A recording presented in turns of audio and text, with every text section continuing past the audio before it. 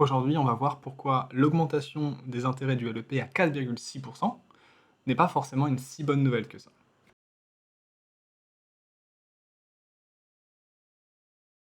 Le livret d'épargne populaire, ou LEP, est un livret réglementé par l'État français qui, à bien des égards, est le meilleur livret d'épargne disponible actuellement en France.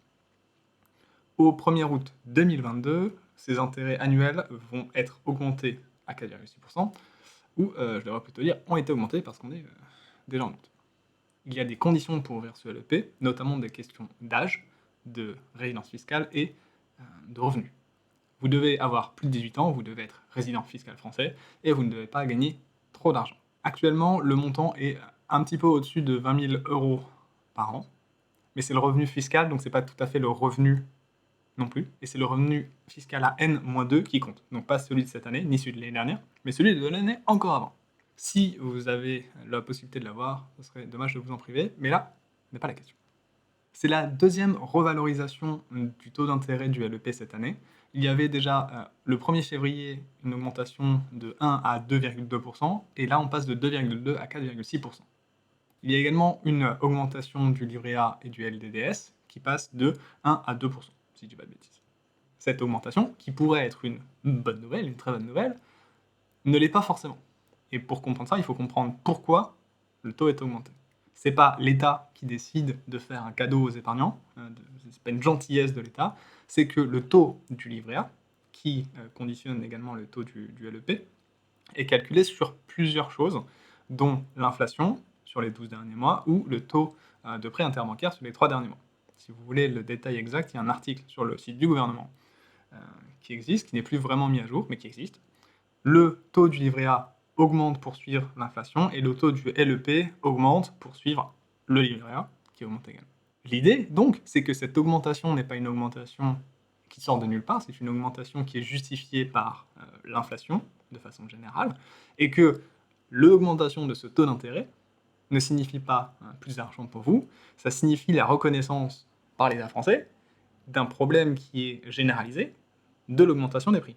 La situation dramatique est donc reconnue par l'État français au travers de ces statistiques, de l'INSEE ou des taux interbancaires, et l'État est obligé, entre guillemets, selon sa propre réglementation, d'augmenter le taux d'intérêt des livrets A, LDDS et LEP. Et c'est là que je dis que c'est pas forcément une très bonne nouvelle, l'augmentation de ce taux. Ça veut dire que c'est une reconnaissance d'une situation qui va très mal. Donc plus qu'une bonne nouvelle, c'est surtout un moindre mal. Ça permet aux personnes qui ont un LEP d'être moins impactées par l'inflation. Mais l'inflation étant supérieure à 4,5%, 4,6%, votre rendement réel sur le livret est négatif. Donc vous allez perdre en pouvoir d'achat. Vous allez gagner une valeur en euros, mais cette valeur en euros, si elle a perdu une valeur de pouvoir d'achat, vous perdez au réel. Bon, c'est mieux que rien. Si vous avez droit à un LEP, il faut surtout pas vous priver de l'ouvrir par rapport à un livret A. Mais il faut comprendre que ce LEP, c'est pas un outil d'investissement, c'est un outil d'épargne. Il doit être utilisé pour stocker votre épargne de sécurité probablement, parce que elle est grignotée par l'inflation. Ça sera moins grignoté par l'inflation si le taux est à 4,6 que si le taux est à 2%. Du coup, le rendement réel est négatif, mais il est moins négatif, si on peut dire, en étant sur un LEP que sur un LA, un livret A ou un LDDS. Ou encore pire, sur un compte courant. Si vous y avez droit, parce que vous n'y avez pas forcément droit à cause du revenu fiscal, ouvrez-en un. Ne laissez pas votre argent sur votre compte courant ou sur votre livret A, par exemple. Si vous avez le droit à un LEP, vous ouvrez le LEP, vous y mettez l'argent que vous souhaitez épargner. Mais il faut rappeler que, notamment à cause de la limite de plafond, qui est à 7 700 euros, le LEP, qui reste populaire, n'est pas un outil d'investissement, c'est un outil d'épargne.